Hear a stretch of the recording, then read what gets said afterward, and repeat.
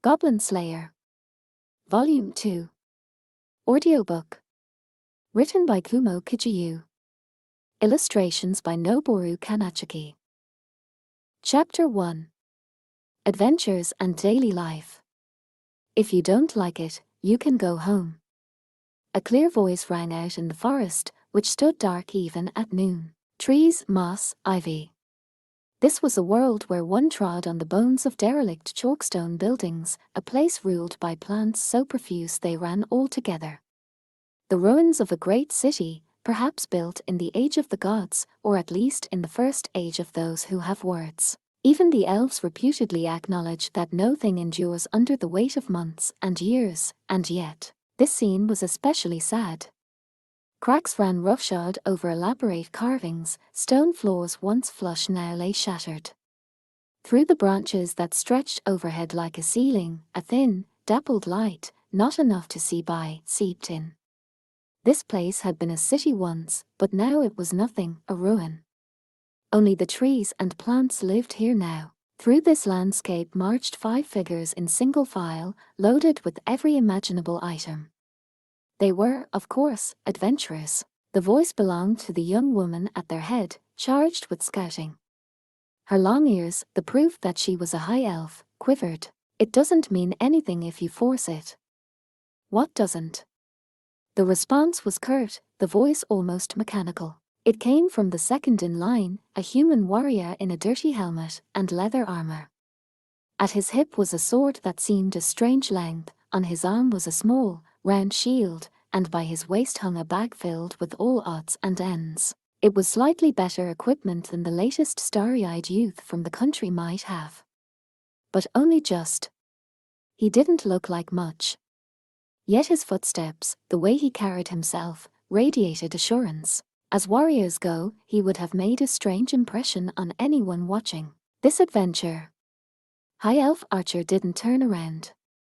Her long ears flitted up and down restlessly. Many elves were born rangers.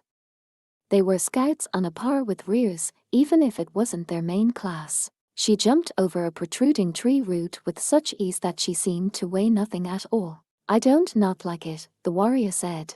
High Elf Archer's ears jumped. This was what we agreed. I will not refuse to pay what I owe, he continued. Her ears drooped again. The third person in line sighed at the man's words. Small, young, inexperienced, and the most beautiful in the group, a human girl. She gripped a sanding staff with both hands and wore the clergy's vestments over her chain mail. She was a priestess. She shook a reproving finger at the warrior, as if to say, it can't be helped. Now, that won't do. You need a better attitude. Do I? Yes, you do. Just when she's being so thoughtful of you and all. Is that so? The warrior murmured, then went quiet. His expression was hidden behind his helmet. A short deliberation later, he turned his grim visor toward the elf and asked her directly, is it true? Could you not ask that? High Elf Archer said, puffing out her cheeks. In reality, ever since she had requested an adventure, as her reward for helping the warrior defend a certain farm, the elf had been in quite a merry mood. Whether she would admit as much aloud, though, was another question. Give it up. A rotund dwarf stroked his beard, giving a sincere chuckle. He was fourth in line, a magic user, dressed in an Eastern style, dwarf shaman. He was even shorter than priestess but built like a boulder. Conventional wisdom held that spellcasters were weak, but dwarfs were different. Not that the brevity of his limbs was never a problem. Forging along animal trails was a particular hurdle for him. This is Beard Cutter here. Hard-headedness is nothing new with him. I guess so. Oakbulg is stubborn. With that, High Elf Archer heaved a sigh. Much as I hate to admit a dwarf is right about something. Dwarf Shaman gave an annoyed HMPH, then smiled smugly. How'd you expect to find a man with that kind of torque? You'll be a 2,000-year-old spinster. HRK. Her ears jerked. I don't care. Why should I care? Anyway, I'm still young. Oh, are you? Said Dwarf Shaman, his smile deepening as though he had found the opening he was looking for. I should have known, judging by that anvil you've got for a chest. This from a walking barrel. High Elf Archer's lovely eyebrows bristled. She spun around and glared at the dwarf. Covering her rather flat chest with her arms, she opened her mouth to shoot back, but was interrupted by a hissing breath. The inhabitants of this land may have gone to the far side of time, but perhaps some decorum is warranted. The speaker was a lizardman with a talisman around his neck. He was the tail, literally and figuratively, with his swishing behind him, of the formation. He was a giant, his breath wheezing out from his jaws. Wearing the traditional garments of his people and joining his hands in strange gestures, he was a lizard priest, who followed his forebears, the fearsome Nagas. These lands are not the purview of people. Let caution abide, and do not invite trouble. HRM. Perhaps she was being a bit loud. HRK. What? It's your fault for.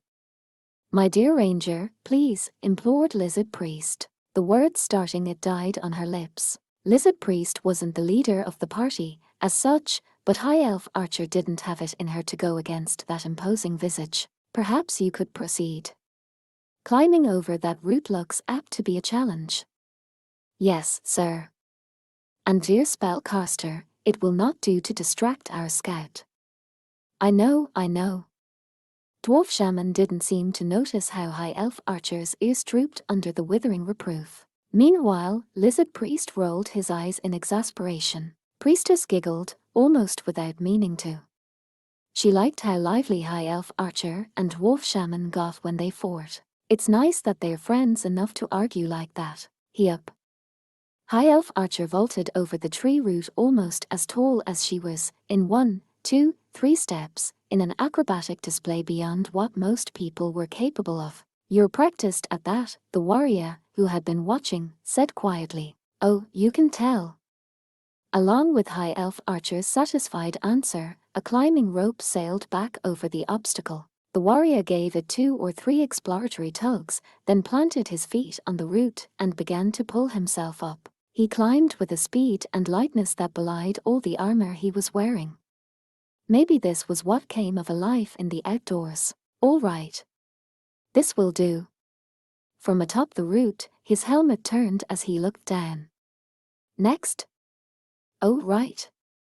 Priestess nodded several times and followed him. She transferred her staff to her back and began to climb uncertainly, leaning intently against the root to support herself. But HRGH. To think a city this big could turn to ruins. Yikes. Be careful.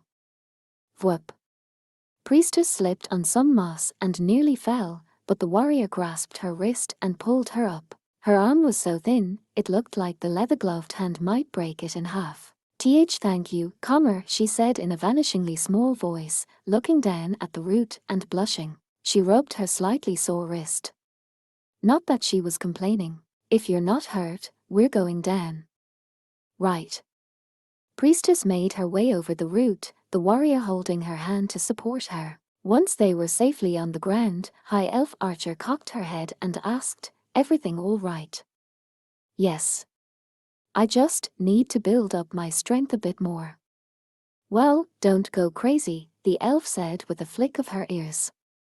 She narrowed her eyes and gave Priestess a meaningful look up and down. You wouldn't want to end up built like a dwarf.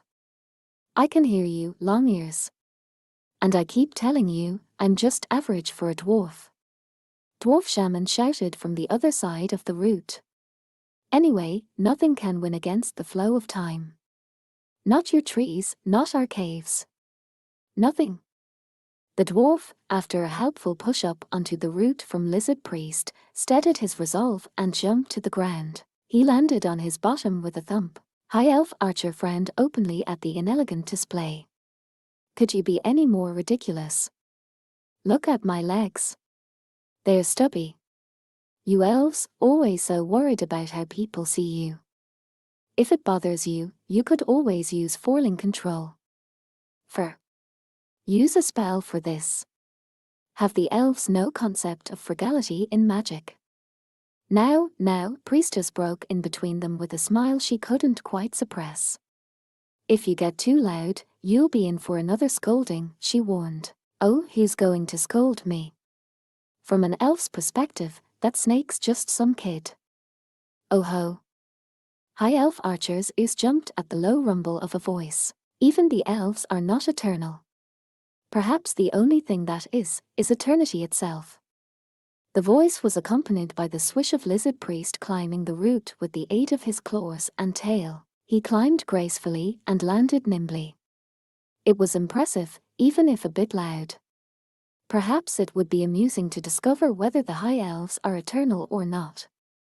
I'll pass. Perhaps he had intended his expression to appear playful or teasing. But to anyone without scales, it only looked like a huge lizard with his toothy mouth wide open. High elf archer frowned and shook her head from side to side. And the warrior said, "Where are the goblins?" "There he goes again."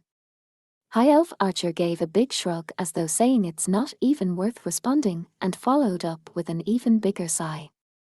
"I went out of my way to find ruins that seemed like they might have goblins in them, just for you, Orkbolg.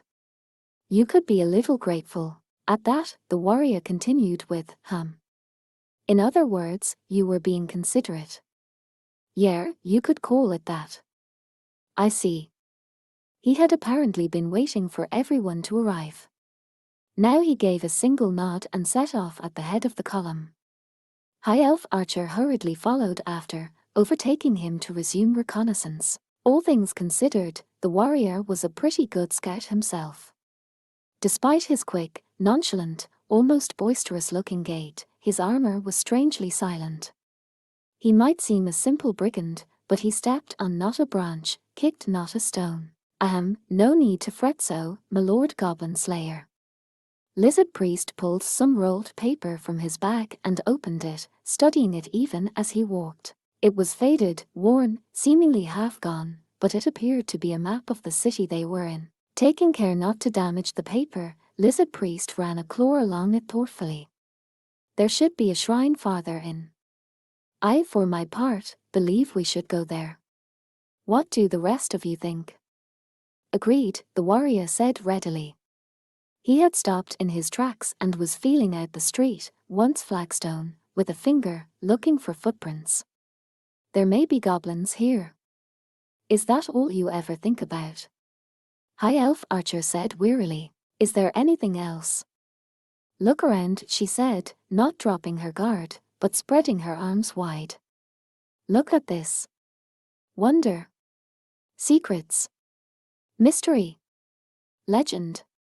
Don't you feel any of it? There isn't time for that. I can't believe you." "Is that so?" High elf archer pursed her lips at the terse answer. Her long ears flicked. Now, long ears. If you rush the polishing of a stone, you'll only break it. Dwarf shaman laughed, twirling his beard, at the petulant elf. "Just give it time. Gods, all you elves are so impatient. That's why you're all so fat, dwarf, just eating and drinking, never doing anything. Oh, what have you got against a little food and drink? You could stand to put on a bit yourself." He took a long swig from the jug of fire wine on his belt, apparently unperturbed by her comment. "Though to be fair, my long-eared lass, you're not wrong." High elf archer gave dwarf shaman a look as he let out an altogether indelicate burp. "Beard cutter, have I never thought it might go easier if you were to, say, move up in the world?" "I have," the warrior answered shortly as he crouched low, drew up to a wall, and peered around a corner. "Oh ho." The dwarf let out a grunt at the unexpected answer. The warrior looked left, then right, then continued on ahead. "To build my reputation, become gold-ranked, and take wider work as an adventurer is one possibility," he said. "Then why have you not done so?" the dwarf asked. "Because if I did, goblins would be attacking villages." Keeping watch next to them, High elf archer shook her head as if to clear away a headache. "I'd heard humans could get tunnel vision, but are they all this way?" I think he's special, priestess said with a what can we do smile. So it had gone in the months since they'd met, confusing though it had been at first. He talks about a lot more subjects than he used to, though. The warrior silently continued his search with that same brisk walk. Priestess followed him, still smiling. I mean, look, and he's easy to understand, isn't he? I get that, at least, High Elf Archer said with a nod and a chuckle. Dwarf Shaman and Lizard Priest exchanged a glance, then a wordless smirk. They shortly came to the end of what seemed to have once been a broad main street, and arrived at their destination, a large square and a gaping clearing in the trees. They could just see a white-walled opening, like the entrance to a cave. Don't see any guards. The warrior heaved a sigh as he took stock of the territory from the long grass in the dim shadows of the trees. Since entering the forest, they hadn't seen hide or hair of a wild animal, let alone any monsters. Oh, so that means there aren't any goblins. From the back of the line, priestess tried to encourage the disappointed-sounding warrior. Not necessarily. The answer was almost mechanical, but it didn't appear to bother her. She had the air of a baby chick as she trotted behind him. I don't believe they would let such a ready-made nest go to waste. You don't have to imagine they are here if they are not, High Elf Archer said, then muttered to herself, goblins, goblins. Honestly. The warrior ignored her and said, or they may have only recently dug a tunnel from the nest to here. Hey. Do you smell something? High Elf Archer frowned. She hadn't meant it as a response to the warrior. Lizard Priest gave a slow shake of his head. Sadly, my nose is of scant use in this forest. What kind of odor is it? It's kind of like rotten eggs. So they are here, the warrior murmured shortly. At that, the adventurers each readied their weapons. High Elf Archer brought up her bow, a great yew branch strung with spider silk, along with an arrow that had a bud for a tip. With a prayer to his ancestors, Lizard Priest turned a fang into a polished sword. Dwarf Shaman reached into a small bag of catalysts, while Priestess held her sounding staff in both hands. They set out quickly, spreading out to surround the entrance. What should we do? Do you want to go in? Or should I use my protection miracle? No, the warrior shook his head, cutting off Priestess's anxious question. Is there another entrance to these ruins, this shrine? What does the map say? Not so far as I've seen, replied Lizard Priest, who knew the map like the back of his hand. Though, these being most ancient ruins, we cannot be sure collapse has not created one. We'll smoke them out, then. With his shield-bearing left hand, the warrior dug in his bag. What he drew out was yellowish and about the size of his palm. It looked like a hardened chunk of something. He used rope to tie the thing to a bit of waste kindling, until he had tightened them into a ball. Priestess wore a slightly strained expression. Perhaps she remembered this thing. That's pine resin, isn't it? Yes. And sulfur. It will make a good, thick smoke. Even as he spoke, the warrior easily struck a flint, setting fire to the smoke bomb. Being careful not to breathe the fumes that immediately began rising from the device, he tossed it into the hole. And it will poison the air. It's unlikely to kill them, but, with that, the warrior drew a smallish sword from its scabbard.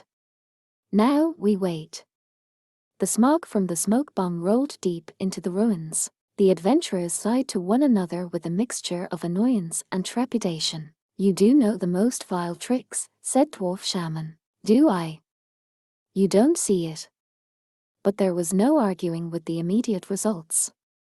Small silhouettes came running through the wall of smoke, clamoring in shrill voices. They were cruel-faced monsters about the size of children, goblins. HMPH. When he saw the goblins were wearing leather cuirasses, he hacked at them with his sword like an axe through firewood. Impact. Scream. A spray of blood. He casually stepped on a goblin who lay face up, a sword buried in its skull, and took its weapon for his own. A short sickle. The warrior gave the blood-stained weapon a light twirl, then nodded. Not bad. The weapon had been made for a goblin to wield in a cave, but it felt natural in his hand. Our quarry have excellent equipment. Be careful. This isn't like any adventure I've ever been on. Isn't it? No? High Elf Archer let off an arrow with a frown. It was made of a branch naturally suitable for a bolt, and it flew as though the shrine itself were drawing it in. 3 screams went up. Don't you usually go inside ruins to fight goblins? I suppose that is the conventional method. Lizard Priest danced from one writhing goblin to the next, finishing each with his sword. If one would join the Lord Goblin Slayer on his hunt, preparations must be made for what is least expected. If you say so. Priestess cast a doubtful glance toward the warrior. He was burying the sickle, held in a reverse grip, in a goblin's throat. He tore the monster's windpipe as he ripped out his borrowed weapon, then he immediately hurled it through the air. The blade spun into the cloud of smoke, and a goblin's scream could be heard. His movements were brutally worm-like. Won't be needin' spells at this rate, I suppose, Dwarf Shaman said, readying gems for his sling. It was just a provision in case the front line broke. He was in fact quite at his leisure. No. Now the warrior took up the dagger of the goblin whose throat he had torn apart, shaking his head as he tested the edge. A dark poison of some description was slathered along the blade. The warrior wiped the poison off on the goblin's tunic, ignoring Priestess's shiver. Save your magic for once we're inside, the warrior said to Dwarf Shaman, putting the dagger at his belt. He appraised the entrance to the shrine. Goblin corpses littered the ground, but there was no sense that more were coming from inside. Had they killed them all? Or had some escaped? They're tough. He pulled the sword from the body of the first goblin he had slain, wiping the viscera off the blade to refresh it. This would do. He unhesitatingly slipped the sword back into its scabbard, then nodded. Once the bad air clears up, we move. Once again, not the kind of adventure I'm used to, grumbled High Elf Archer. No? Because it's not an adventure. This one doesn't count, okay. All right. That was all the warrior said as he headed into the shrine. The party followed him. A human warrior and cleric, a high elf archer, a dwarf shaman, and a lizard priest. The planets and stars had completed nearly half of their revolution since this unusual group came together. It had not been long since yet another fight in the endless struggle with chaos and disorder had come to an end. They went to ruins and caves around the cities of the frontier, searching each in turn. Many were the fortresses, shrines, ruins, and caverns that had gone forgotten in the long struggle. Allies of chaos might find respite in these places and wait for their time to come. One must always be on guard, but not only for monsters. The rulers of the land, who had bought enough time to resume their petty rivalries, left such business to those who lived in the wilderness. It was nothing, adventurers would finish their fights and return to their daily lives. People became adventurers out of a curiosity about unknown lands. Their dream was to make their way in the world by slaying monsters and finding treasure. And if they could earn a reward on their way to doing so, so much the better. The warrior here cared little where the goblins dwelt, be it a cave or an ancient ruin. Oakbolg, Beard Cutter, Goblin Slayer, he went by many names. But even as he strode boldly into the cavern, he was not yet an adventurer. Find all the goblins. Kill them. He was Goblin Slayer. Evening. The sun was well past its zenith and would soon begin to sink. The first one to notice his homecoming was the owner of the farm. A little road ran to town beside the fields, now coloured with sunset. He walked slowly along it with his bold, nonchalant stride. As ever, he wore his grimy helmet and leather armour, his sword of a strange length, and his small round shield. The owner had been out repairing a fence when he caught a whiff of rust and stood. "You're back," he said shortly. He nodded, walking up to the owner. "Yes. I finished my work." "I see." The owner shook his head at the other man's guileless manner and looked away from the helmet, which hid whatever the mysterious figure was thinking. The owner had nothing to say to this person he had known, or thought he had known, since the man's youth. In fact, the owner found it hard to deal with this man.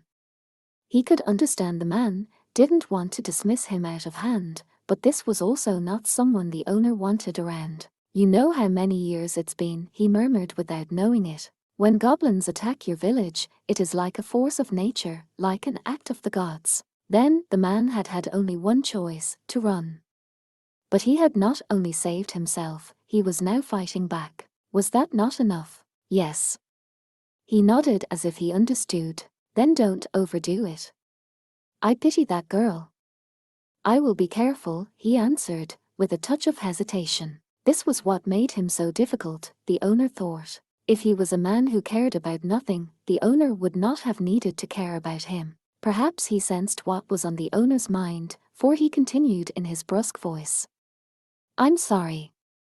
I would like to rent the stable. It's the usual. Don't fret the details, just do what you want. He seemed to bear this curt response without concern and merely went on past the owner. Now on the farm proper, he went around behind the cattle barn. Past a mound of dry grass, just beyond. There was a stable so old it had been abandoned long ago. Boards had been pounded into the walls and ceiling to patch the holes in them.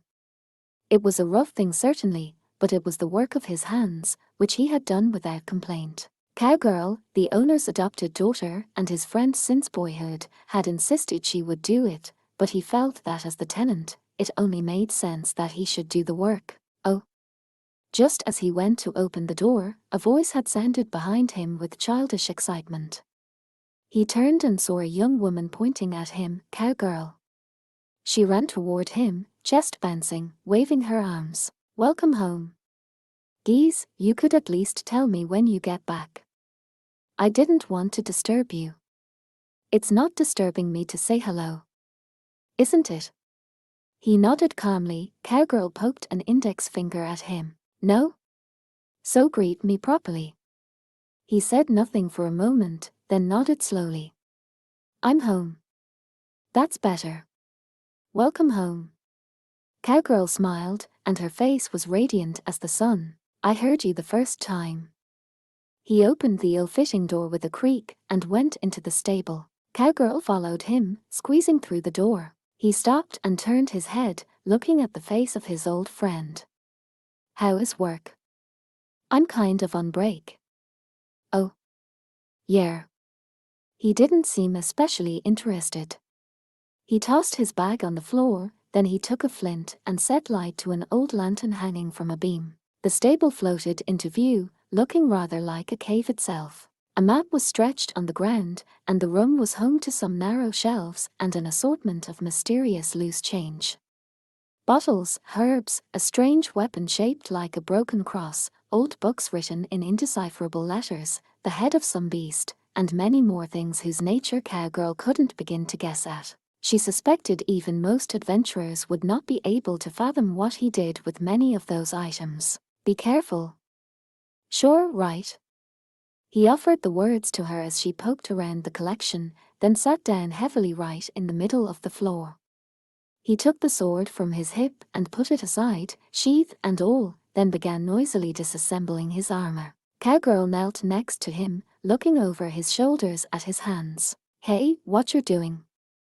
Repairing the dings in my helmet, changing the hinges in my armor, mending my chainmail, sharpening my blade, and polishing the rim of my shield. The rest I get, but the rim of your shield. What difference does that make? At the right moment, it can help. Huh? His movements were diligent, dutiful. With a hammer, he worked off and replaced metal fittings, formed chain links of bent wire, and honed his sword and shield with a whetstone. A weapon could be replaced with something taken from a goblin, but armor was a different matter. It was exceedingly unusual to see a goblin in a metal helm that might actually protect its life. And even if he did find one, he wouldn't have the time to remove his own helmet and put on another. An unlucky hit on armor that was on its last legs had a very good chance of being fatal. That made this work his most important, his most life-saving. Cowgirl watched his every move with a squint and a smile that suggested she was enjoying herself. You find this interesting? I guess. I always like to see what you're up to. She giggled and thrust out her chest in a bit of theatrics.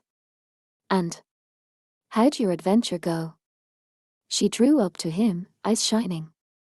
There was a sweet smell of milk on her. In a supremely indifferent tone, he replied. There were goblins. Oh yeah. Yes, he replied briefly, still working. Then he added, quite a few. Cowgirl stared intently at his back, then, yar. He let out a breath as he suddenly felt something heavy and soft on his back. Cowgirl pressed up against him and mussed his hair. His hand stilled, he turned to her with a suspicious look. What is it? Nothing.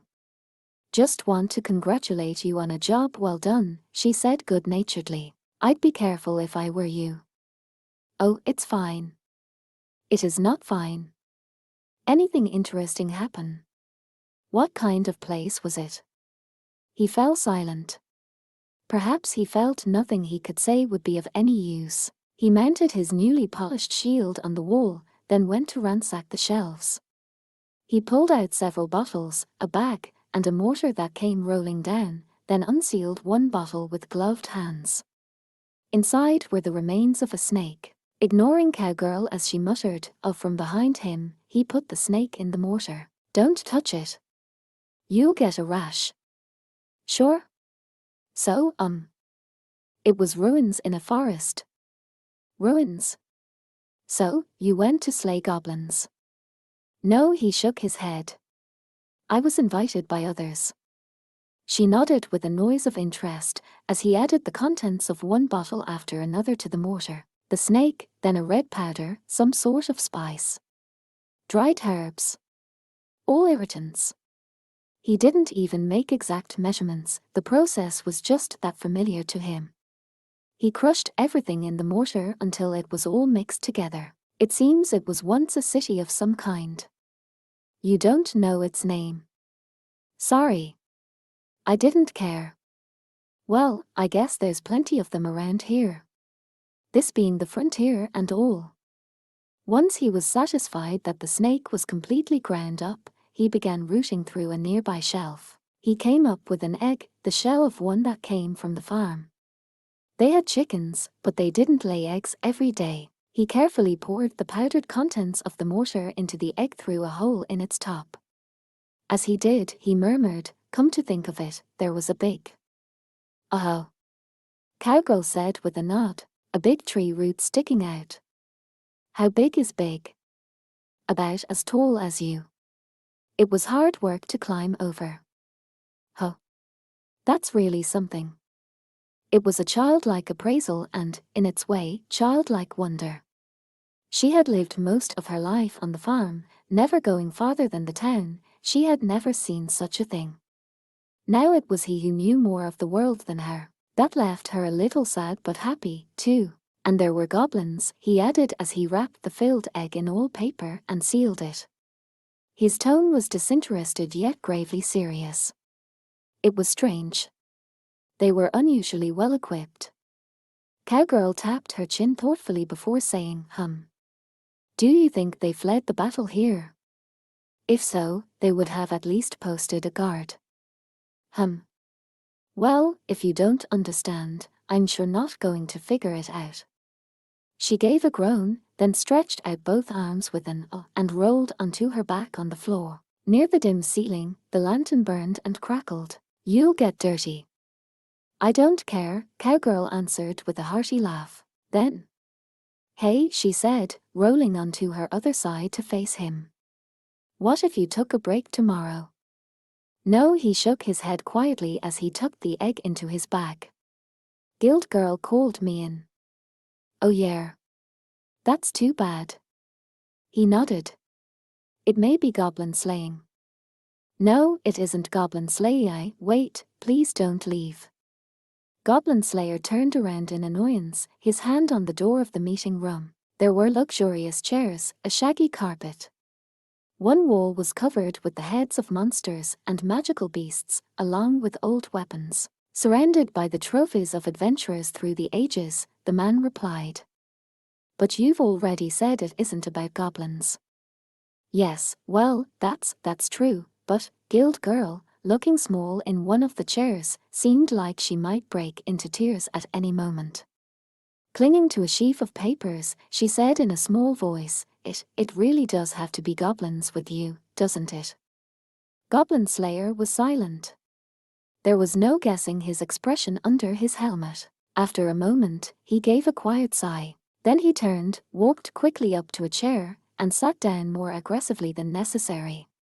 He looked at her sitting across from him and said, "Be brief, please." "Certainly." Guild Girl's face shined like a child's. She quickly straightened her papers, arranging them once more on the tabletop. The sheepskin paper she spread out in front of him appeared to be the resume of some adventurer. Name, race, gender, skills, and a quest history were all included. "I'd like to ask you to be an observer, Mr. Goblin Slayer." An observer? He nodded as if already convinced. "Is this for a promotion test?" Adventurers were divided into 10 ranks, from porcelain to platinum. Ranks were determined based on how much reward one had gained, how much good one had done the world, and one's personality. Some referred to these collectively as experience points, and that wasn't inaccurate. It was, in effect, a simple measure of how much good one had done people and society. But of course, there were those adventurers whose excellence stopped at their fighting skills. An adventurer's personality was valued at least as highly as his or her abilities. Thus, high-ranked adventurers would serve as witnesses at a test, essentially, an interview. In this way, for example, a vagabond with amazing skills from whom you were could rank silver or gold immediately. Or rather, such a storybook system was the ideal. But it didn't work out that way. A male adventurer whose party members were all females, for example, would find it difficult to advance. Regardless of the circumstances, few people were willing to trust someone who looked like a philanderer with important quests. However strong they might be, fools whose strength was their only asset would remain porcelain ranked for life.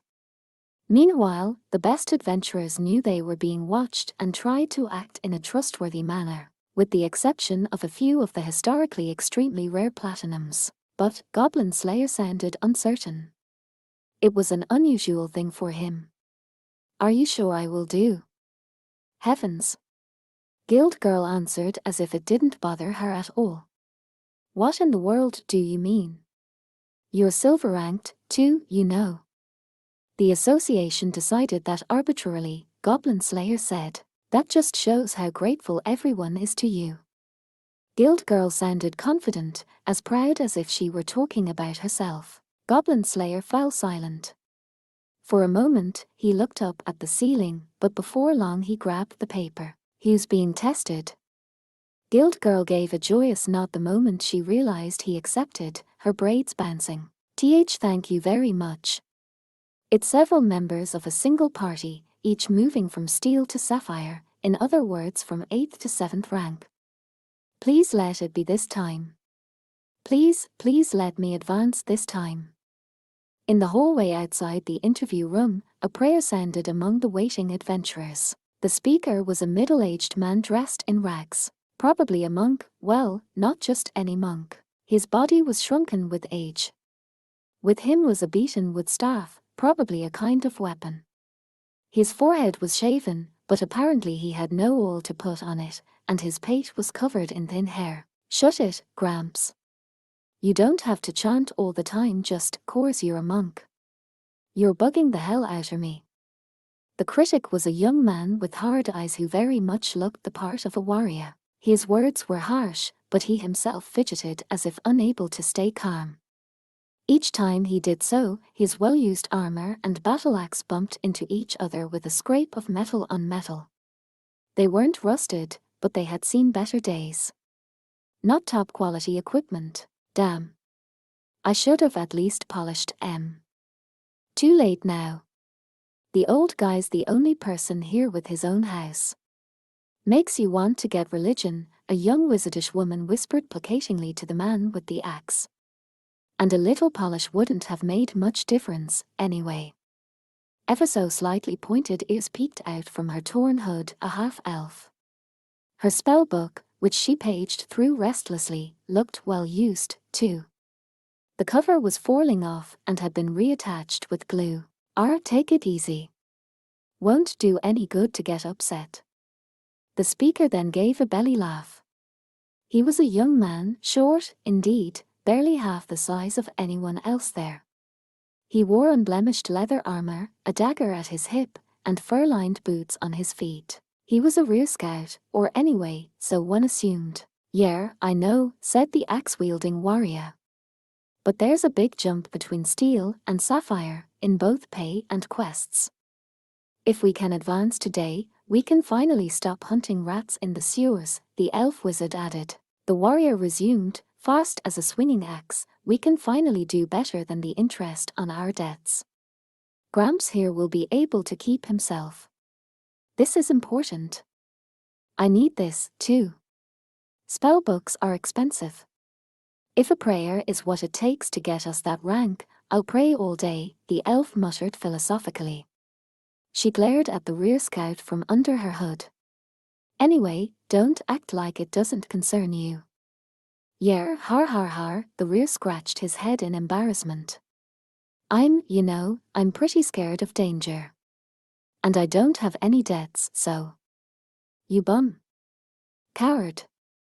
The warrior and the wizard sounded exasperated, but the scout only shrugged. "Next, please." Guild Girl's cheerful voice floated out of the meeting room. "Oh, that's me." The rear scout jumped up nimbly. The bald-headed monk clung to his armor, practically on his knees. Please be strong." I know, bug off," the scout said, brushing the monk's hand away. He opened the door. Yikes. And his eyes went wide. 3 people sat in the meeting room. First, there was a guild employee, the bright-eyed receptionist. One day he was going to spank her till she cried. Second was another slim woman wearing the uniform of the guild. Who was this now? The rear scout cocked his head. He couldn't quite recall if he'd seen her before. And then there was a high-ranked adventurer, but a very strange-looking one. Cheap-looking helmet. Grimy leather armor. Equipment barely suitable for an adventure. He didn't have his sword or shield, but there was no mistaking him. Goblin Slayer. "Is there any problem?" he asked. "And not at all, sir." The scout answered the brusque man with an obsequious laugh, reaching back to close the door. The truth was, the rear did not hate the man called Goblin Slayer, the man who had gotten to silver rank by taking simple goblin jobs. The rear wanted money. He wanted fame. He wanted to be well spoken of. But he hated being afraid, and he didn't want to die. He was confident Goblin Slayer must feel similarly. If he genuinely disliked anything about the man, it was that expressionless helmet. Goblin Slayer watched the rear scout sit down across from him. The scout trembled slightly. He didn't hate Goblin Slayer, but he didn't find him easy to deal with, either. So, this is it, ho. Advancement test. The rear gave a weak laugh and rubbed his palms together. Let's bust through sapphire, past emerald, ruby. What do you say we go right to copper? I doubt we'll go quite that far, Guild Girl answered with a smile. She flipped through some papers in her hand. I can't help noticing your brand new armor and boots. Oh, you can tell. The corners of the scout's lips turned upward, and he stuck his small feet out on top of the table. His boots were unscuffed, thoroughly polished, and so black light could hardly escape their surface. They're pretty high quality. I had them matted and everything. They're perfect for me. Really? He failed to sense what was coming. Why is it you're the only one to have done so well for yourself when all of you have taken on the same quests? Her tone was terribly businesslike, ordinary. Those are quite luxurious even in light of your party's aggregate reward. I hope there hasn't been a miscalculation. Guild Girl bowled ahead, ignoring the way the rear scout suddenly went stiff. Some rather ambiguous reports suggest that unlike your friends, you've been taking on quests on your own. Oh, it's... The scout hurriedly pulled his feet off the table. He looked right, left. There was nowhere to run. He spoke as quickly as he could think. Why, I recently had a care package from home. A lie. The cutting words came from the employee who had remained silent until that moment. The smile froze on the scout's face, but inside he cursed himself. She wore the sword and scales around her neck, the symbol of the supreme god. I swear on the name of the supreme god. What he just said was a lie. The sense lie miracle. Damn these seers. That's why he hadn't recognized her. She was an inspector, a guild employee, but also a priest of the supreme god, ruler of law and justice. What was this? Had they suspected him? But why? Guild girl made a show of flipping through her papers. We know everything, the action said. It looks like you got new equipment after that raid on those ruins the other day. Oh, I get it. With a smile and a giggle, she clapped her hands and nodded. You told the others you were going ahead to scout, found a treasure chest, kept the contents for yourself, and sold them. That was exactly what he had done. On dives in ruins, monsters and traps were many and lethal. It was only natural that the rear scout volunteered to do reconnaissance and that his companions agree. He had entered the ruins delicately, explored several twists, and then he'd found a treasure chest. It wasn't booby-trapped, and picking the lock was easy. Inside were dozens of coins, ancient but gold. Empty treasure chests were not a rare thing. And there was still plenty of room in his pack. Why, you see, that was... He laughed awkwardly, scratched his head like a scolded child, and nodded. It would be most to his benefit simply to apologize, he decided. I'm very sorry. Well, this does make things difficult. Guild girl laughed.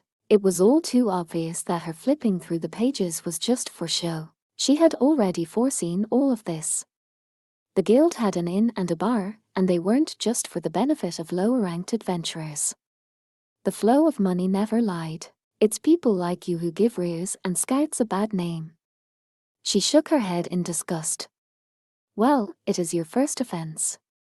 I think demotion to porcelain and being barred from adventuring in this town is appropriate. Wait a second.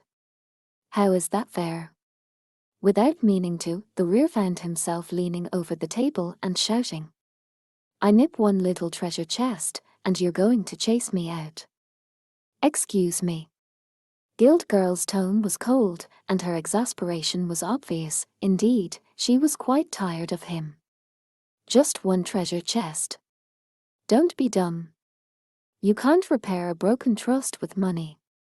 And one who would betray others' trust had no right to be an adventurer. Of course, being an adventurer meant fighting. No one asked about your history. There were uncouth people among the adventurers. There was no end of arguments, all the more important, then, that one be as sincere as possible. An adventurer who was not trustworthy was just a scoundrel, and the guild dealt in trust and trustworthiness. The rear was capable enough to be promoted and had just been granted clemency because this was the first time. Did he not understand that? You are hereby demoted on grounds of falsifying a reward. If you wish to stay here, though, you may. The rear scout was at a loss for words. He struggled to think of some way to turn this situation to his advantage. Everyone does it. No. That wouldn't get him out of his punishment. Maybe if he said someone had threatened him, forced him to do it, it won't help to try anything funny. She was right. The minister of the ruler of justice was watching him, eyes shining. His only hope. He turned to his one escape, the person in the room most like him. See, come on, Goblin Slayer. I'm asking you, as a fellow adventurer. Beseeching eyes. Ingratiating smile.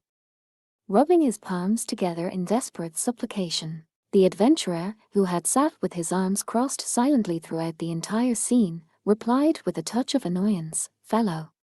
His answer was point blank. "I am an observer.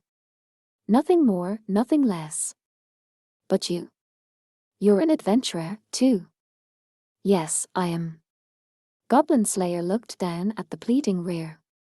"Just like the ones you tricked." The rear scout turned bright red and glared at the two of them. For a brief instant, he had a vision of himself drawing his dagger and leaping at Guild Girl. It was just possible. But he would have to go through Goblin Slayer, a warrior strong enough to solo goblin quests that normally demanded an entire party. How much chance did the rear really have in a hand-to-hand struggle? Feeling Goblin Slayer's gaze fixed on him from beneath that helmet, he swallowed heavily. He was as clever as any scout and certainly no fool. "You'll regret this." His feelings flowed over into his parting words as he kicked back his chair and fled the room. Guild Girl let out a breath as the door slammed shut. Declined for promotion. Phew. That was terrifying. The smile perpetually pasted on Guild Girl's face finally came off, and she slumped in her seat. At the end, under the scout's glare, she had unconsciously begun to shake. She didn't know what might have happened had Goblin Slayer not been there. "Thank you very much, Mr. Goblin Slayer." She looked up at the steel helmet next to her, her braids hanging limply. No, Goblin Slayer shook his head quietly.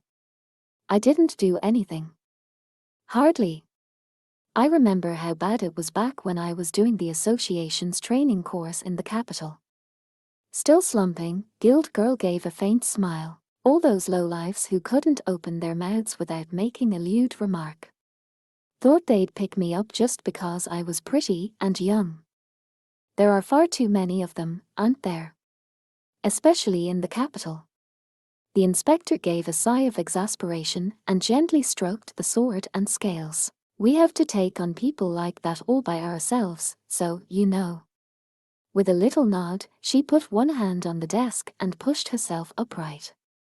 Her braids bobbed.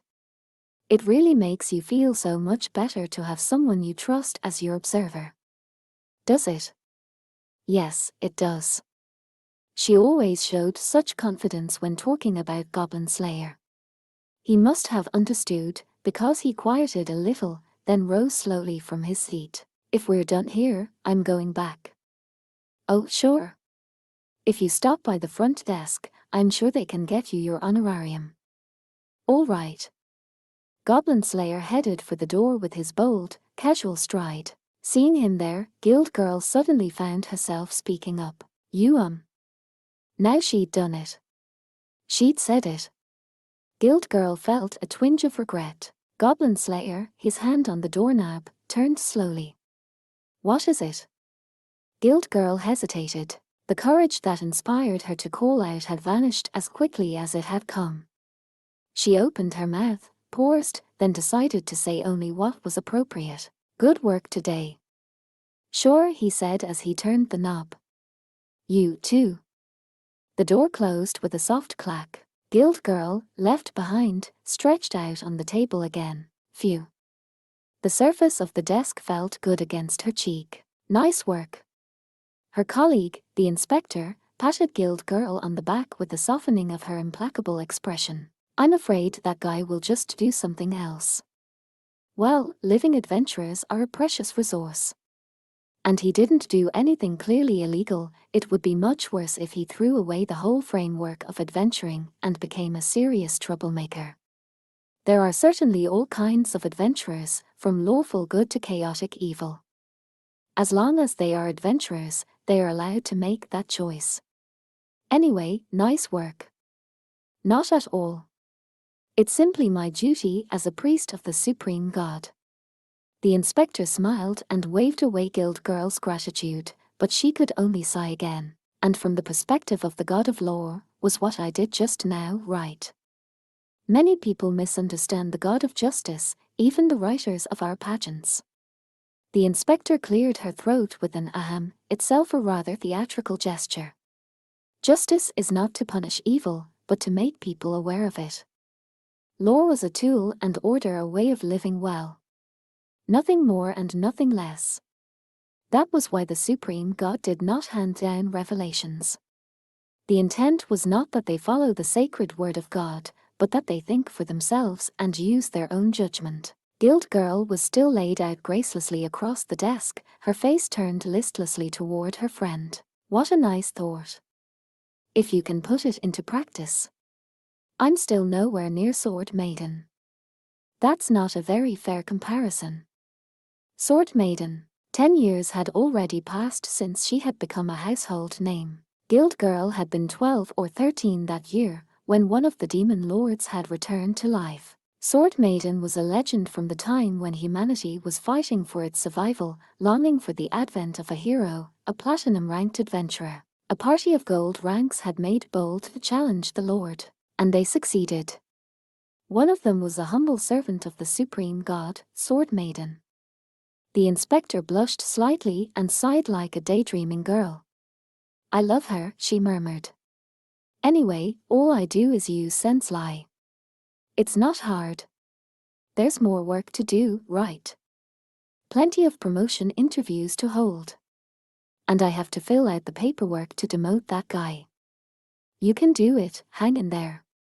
Guild Girl's friend pounded her on the back again, but it wasn't comforting. Even so, it brought her back to herself a bit. Right. She nodded and looked up. So. A teasing grin came over the inspector's face. Was that guy you like? Oh, Was sense lie still in effect?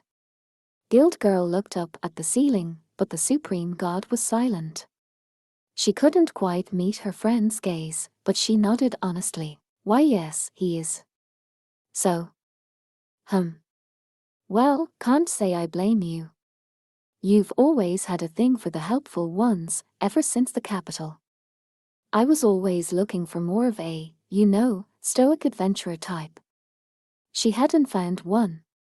At the time she had been disappointed, but now it seemed a blessing. They had met each other after Guild Girl had finished her training and been assigned to this town on the frontier. A newly registered adventurer had met a newly minted receptionist, and they had known each other ever since. He had been completely focused on hunting goblins, ignoring everything else. For her, fed up with the leering swashbucklers in the capital, he was a breath of fresh air. I admit, maybe this one's a little too stoic. It's great I can talk to him, but maybe he could at least ask me out for a meal or something. Now, Guild Girl shook her head. Him inviting her out for a nice meal after an adventure. She couldn't picture it. And she didn't have the courage to ask him herself yet. If only she could get a little push. Well, you're happy, that's what's important. So, how long can you afford to shirk your work? Good question. Time to quit daydreaming and get back to business. She slowly sat up, composing herself. She straightened the papers on the desk. There was much to do, the report on the rear scout, and the promotion of the axe-wielding warrior, the elf wizard, and the bald monk. She had been putting off a great deal of more quotidian work, too. Well, she would start with what was right in front of her. She took a pen resolutely in hand, opened the lid of her inkwell, and began to run the pen over the sheepskin paper. Hey. You do what? Guild Girl was completely startled at the voice so near, and her pen skipped along the page. As she tried to settle the pounding of her heart, she saw that expressionless steel helm. She hurried to straighten her hair and control her breathing and not spill the ink in the process. She also swore to get a little payback on the smirking inspector later. What is it, Mr. Goblin Slayer? I think you know. His voice was as mechanical as ever, yet somehow cheerful. He held a quest paper in his hand. Had he grabbed it from the bulletin board after he left? No, she didn't remember there being any quests available. And that paper? Does it request him by name? Who was it from? Where was it from? She didn't know, but it was a special form that had been delivered by post horse from far away. Apparently ignoring Guild Girl as she stared quizzically at the paper, he said shortly. Goblin slaying. Guild Girl gave him a weak smile. The reward is 1 bag of gold pieces per person. Come or don't, it's your choice. Somewhere in the guild tavern, Goblin Slayer was summing up. It was barely noon, but some eager types had come out to drink, and the place was noisy. Except for when they were fighting, adventurers naturally paid scant attention to the time of day. After a long time in some ruins or labyrinth, upon their return it might be night, it might be dawn, it didn't matter. Sometimes they went dungeon diving in the morning with the intent to return that night, but it turned out to be the night of the day after. Caravan escorts might leave at noon. For all kinds of reasons, the lights at the tavern never stopped burning. Today, as ever, the tavern was raucous with adventurers eating lunch and trying themselves against the wine. In contrast, Priestess had been massaging her temples for quite some time as she listened. Okay, I get it, I think. Do you? Yes, mostly. I get that if I act this surprised every time you do something I don't expect, I'll never last. Their other 3 companions were also seated at the round table. His party. Her friends. High Elf Archer was nodding along with Priestess despite her air of exasperation. Lizard Priest munched thoughtfully on some cheese, tail swaying slightly. Dwarf Shaman grinned, busy sewing gemstones into the back of his vest. Listen, Priestess said as if she were lecturing a child at the temple, shaking a shapely index finger at him. I told you before. If we don't feel like we actually have a choice, it doesn't count as consulting us. But you do have a choice. To go or not go. That's a very narrow choice. Is it? Yes, it is. Goblin Slayer cocked his head quizzically. Perhaps he understood, perhaps he didn't. In the back of her mind, Priestess considered the possibility that he didn't actually have a thought in his head. If we say we won't join you, you'll just go by yourself anyway, right? High Elf Archer said. Of course.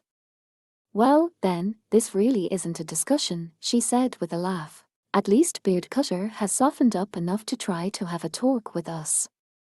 Dwarf Shaman had finished sewing in the gems and examined them critically as they caught the light. Utterly delightful. Sweet as nectar, Yes, it is a promising trend.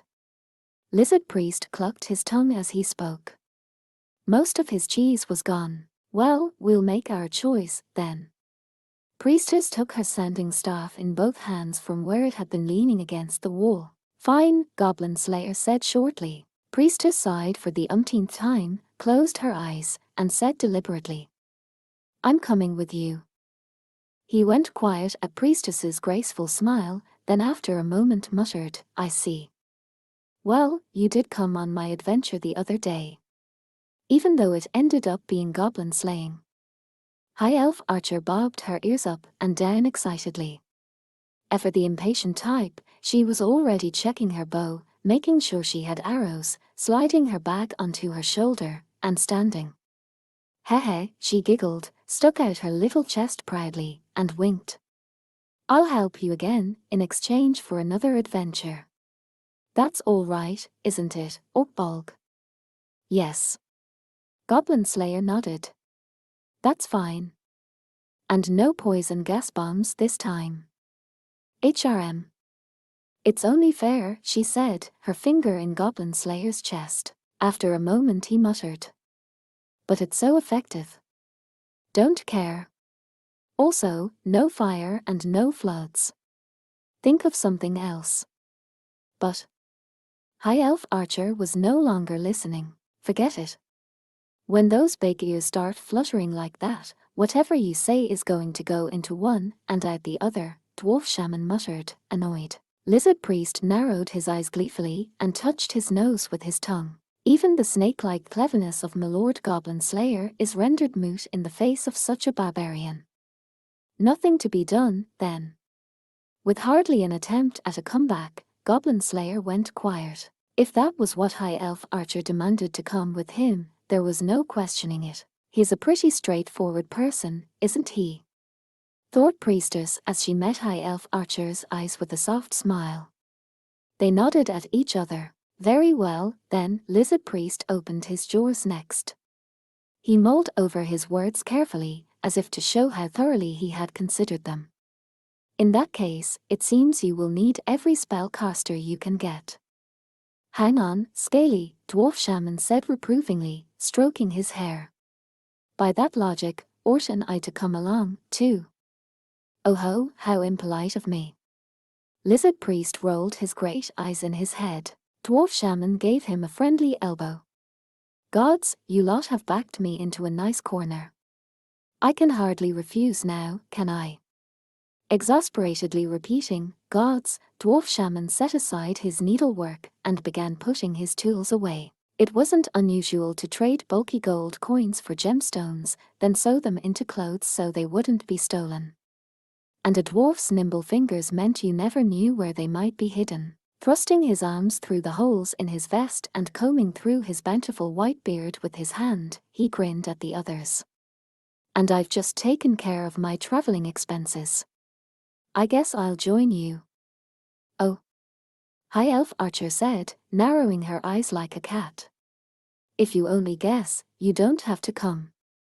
Speak for yourself. No need to come along if you're so desperate to avoid me. HRK. High Elf Archer's long ears flicked backward. She put both hands on the table and leaned in toward Dwarf Shaman. Oh, now I'm really angry. Okay, Dwarf, you and me. Ho ho, grown a little spine, have we? Don't expect me to go easy on you. His smile seemed out of place as he set 2 wine bottles and 2 cups on the table. Fire wine for me. Grape wine for you. Sound fair? Perfect. Now there was an uproar. The contestants poured their drinks and flung them back. Oh, hey, look. Something's going on. Hehe. Wanna take bets? Of course, no adventurer could resist a friendly wager. Spearman smirked happily, which took off her hat and immediately declared herself the bookmaker. A happy cry went up, and one adventurer after another, goaded by drink, loosened their purse strings. The first gold coins to fall into Witch's hat came from the hand of female knight. Next to her, Heavy Warrior stood, looking perturbed. My money's on the girl. 3 gold pieces. Hey, that's pretty bold. You sure about that? Hehehe. Call it a dark horse bet. I'm lawful good, after all, and I have the god's blessing. Yeah, win or lose, the supreme god ain't the type to punish gambling, ho. I'm for the dwarf, then. No, the girl. Drink. Drink. Drink. Watching the contest pick up steam amid the clamor, Priestess wore a look of trepidation. Shouldn't we stop them? I doubt it will go on very long, Goblin Slayer responded shortly. After all, Dwarf Shaman was an experienced drinker, and High Elf Archer could barely hold her liquor. The winner seemed self-evident. No, our barbarian is most stubborn. The conclusion is not foregone. Lizard Priest happily watched the archer, her face bright red, go for another cup of grape wine. More? I got plenty more in me. Coming right up. She hadn't begun to slur her words yet, her eyes hadn't begun to drift. Cup smacked down onto the table. Glug, glug, glug, in went the wine. An appreciative noise went up from the crowd as she grabbed the cup and drained it in a single gulp. As moments in time go, this wasn't much, no one would remember it. Even so, they spent it merrily. Standing next to High Elf Archer, who lay drunk as a lord on the table, Dwarf Shaman raised his fists and roared in victory. He didn't seem to question how much prestige there really was in beating an elf at a drinking contest. All right, then, me next, said female knight, but Heavy Warrior frantically stopped her. You're a mean drunk. The girl and the half-elf boy in their party laughed and jeered. Watching nearby, Spearman rolled up his sleeves, goaded on by Witch. Not to be outdone, female knight gave Heavy Warrior a shove. An arm wrestling contest began next. The participants might have been unwilling, but once it had started, they weren't going to lose. A chant bubbled up. Dwarf Shaman came forward to be the referee, and Witch held out her pointed hat again. It seemed there would be no end. Who would win, who would lose? Again there was a hail of coins. Spearman 1. Then, Heavy Warrior 1. Okay. Me next, cried Novice Warrior, but he was met with an "Oh, stop" from Apprentice Priestess. Heavy Warrior nodded his approval at the boy's bravado, then grabbed him as he tried to run and mussed up his hair. Two inexperienced young men were next to arm wrestle. With the onlooking adventurers cheering blithely for their favorite, Dwarf Shaman gave the signal to begin. Goblin Slayer, sir. It seemed like the appropriate moment. When Priestess looked up at him, the word "right" slipped out from underneath the helmet, and he nodded. 2. 3. HRM. He hefted the limp figure, who was somehow as beautiful as a branch. Goblin Slayer grunted at the weight, even though the body was so slim it looked like it might break in half. He glanced at Priestess. She was smiling. What can you do? Don't be mad later, he murmured so quietly no one else could have heard, then bent slightly and positioned himself under High Elf Archer. Then he rose, one hand on her behind, and hefted her onto his back with a motion that suggested a violent toss. War. I have no idea what you're trying to say. Fuu. Was it the common tongue she was failing to speak? Or Elvish? Or was it simply the language of dreams? At Goblin Slayer's curt words, a smile melted across High Elf Archer's face. I'll take her back to her room, Goblin Slayer said briefly, rocking the elf gently as if she were a child. But you have to help her change. Yes, sir. Leave it to me. Priestess made a fist, the most natural person to help. Now to rest, tomorrow to ride, and then to work, Lizard Priest said cheerily, stretching out his neck as if he could see it all already. What fun it shall be to drag along our hungover friend. If she's still drunk in the morning, I'll give her an antidote. Goblin Slayer, sir, that's a bit much. Priestess seemed taken aback, but Goblin Slayer said blandly. That was a joke. Priestess and Lizard Priest exchanged a look, then burst out laughing. It wasn't the joke that made them happy, but the fact that he had made it. It was rare for him to be in such high spirits.